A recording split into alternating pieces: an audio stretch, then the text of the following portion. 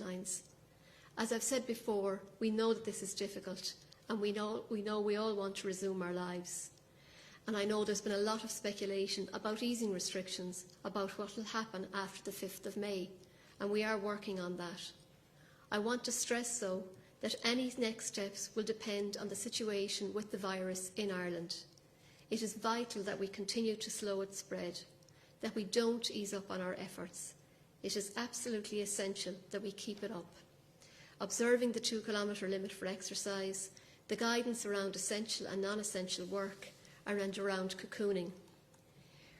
We know if you're cocooning that this can be very frustrating, but I would encourage everyone to stick to the guidelines. They're in place for your safety and that of your community. We're hearing from An Garda Síochána that there is ongoing high-level compliance with the current restrictions, and An Garda Síochána have asked us to thank you on their behalf for your ongoing cooperation and to ask that you continue to comply with the guidance. Continuation of health services. We would like to reiterate that GPs, pharmacists and hospital services are all still operating, and assessment for non-COVID-19 health problems. While we have had to make some changes within hospital services to adapt to the situation and postpone some services, the health service is here to respond to emergencies and urgent health needs. Emergency departments are open 24/7 for people who are seriously ill or injured and if their life is at risk. It's very important to remember that stroke and heart attacks are life-threatening medical emergencies. If you or someone else is showing signs of a stroke or a heart attack, don't wait. Call 999. Many people also receive healthcare in their homes, and we want this to continue. If you have a home health service or a visit from the public health nurse planned, it is important that you continue to have those visits. HSE staff are trained and taking the precautions needed to protect the patients and themselves from COVID-19. On the business side, the temporary wage subsidy scheme, the intervention introduced to support business and employees at this time of national emergency, continues to grow. 46,000 employers are registered with Revenue for the temporary wage subsidy scheme. Today, Revenue has generated further payments to employers under the scheme of €21.3 million. These payments will be in the bank accounts of the majority of respective employers tomorrow. The cumulative value of payments made under the scheme is now €321 million. Revenue have also confirmed that the zero rate of VAT may be applied on a concessional basis to the supply of personal protective equipment and medical equipment to the HSE, hospitals, nursing homes, care homes and GP practices for use in the treatment of patients with COVID-19. This applies where such items have been acquired either domestically or intra-EU. The items include personal protection equipment, thermometers, hand sanitisers, medical ventilators and specialist respiratory equipment such as respirators for intensive and sub-intensive care, oxygen therapy apparatus including oxygen tents and oxygen. This concessional treatment will apply from the 9th of April up to the 31st of July 2020, subject to review, and further information can be found on Revenue's website. Employees. Today, the weekly payment of $350 under the COVID-19 Pandemic Unemployment Payment Scheme will be processed for approximately 584,000 people. These payments will be lodged into their nominated bank account or post office tomorrow, the 21st of April. There are still a small number of people who have entered an incorrect PPS number or IBAN number, and the Department of Employment Affairs and Social Protection are contacting these people to obtain the correct information so that the payment can be made. The number of applications submitted online through mywelfare.ie is increasing, and this is the easiest and most efficient way of submitting an application. There is also an online facility to close a claim, for example, where an employer has claimed the temporary wage subsidy scheme or where a claim was made inadvertently. Community fora. I want to take the time to remind anyone who needs support at this time that the community call fora run by the local authorities around the country can provide a much-needed lifeline. the Fora are continuing to provide help to people all over the country. Yesterday they received 355 calls nationally. They made 106 follow-up calls to people who have contacted them. Nationally, since the 31st of March, the Fora have received over 17,400 calls and have made over 8,000 follow-up calls. You can find your local helpline number on gov.ie. If you need help, if you know someone who needs help, or if you want to volunteer to give help, please contact your local forum. If someone needs information, reassurance, or just to talk, they can call Alone's national phone line on 0818 222 0245. And remember, Alone is there for anyone experiencing difficulties with physical or mental health, finance, loneliness, and any other challenges or worries. Transport. I mentioned on Friday that driver licences and learner permits due to expire before the 30th of June 2020 will now be valid for a further 4 months.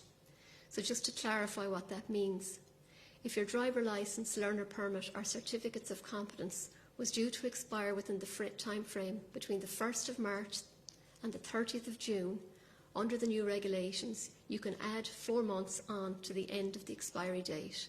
So, for example, if your driving licence was due to expire on the 3rd of May, it's now valid until the 3rd of September under the new regulations.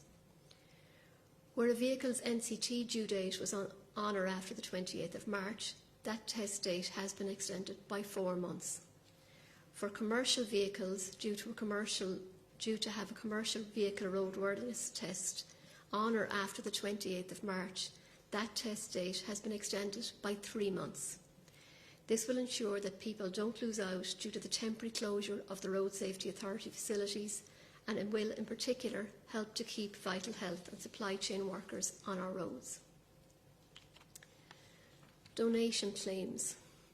The Competition and Consumer Protection Commission is advising consumers to be cautious of donation claims being made by traders when shopping for personal protective products online, such as face masks and hand sanitizer.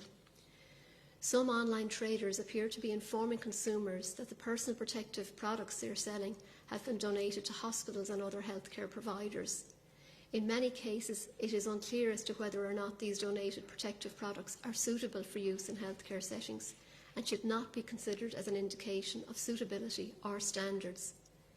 In particular, if a consumer is considering buying hand sanitising products and they are concerned, you can check out the Department of Agriculture, Food and Marine's register for biocidal products.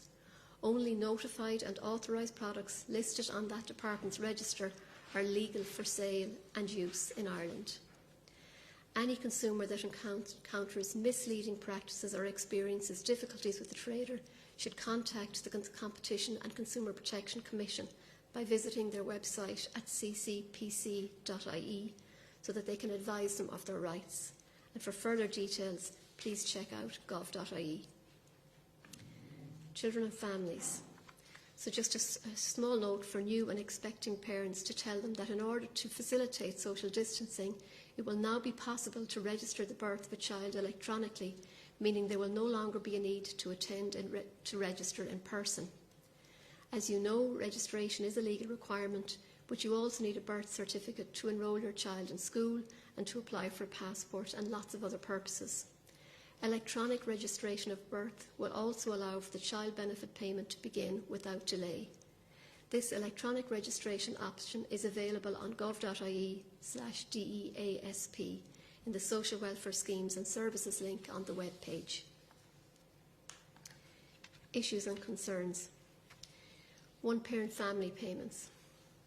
We are aware that there may be some situations where a one-parent family recipient is no longer receiving maintenance for their child because the other parent has lost their job due to the COVID-19 pandemic. In these cases, the Department advises that the one-parent family recipient contact their local intro centre and provide it with a letter stating that they are no longer receiving the maintenance payment. The Department will then revise their one-parent family payment on that basis for a period of 12 weeks. After that period, their means may be reassessed following a review. As the family courts are not hearing maintenance cases during the pandemic, this situation is being carefully monitored on an ongoing basis, to ensure that those lone parents do not have to face any further difficulties or hardship at this time. Media reports in relation to direct provision.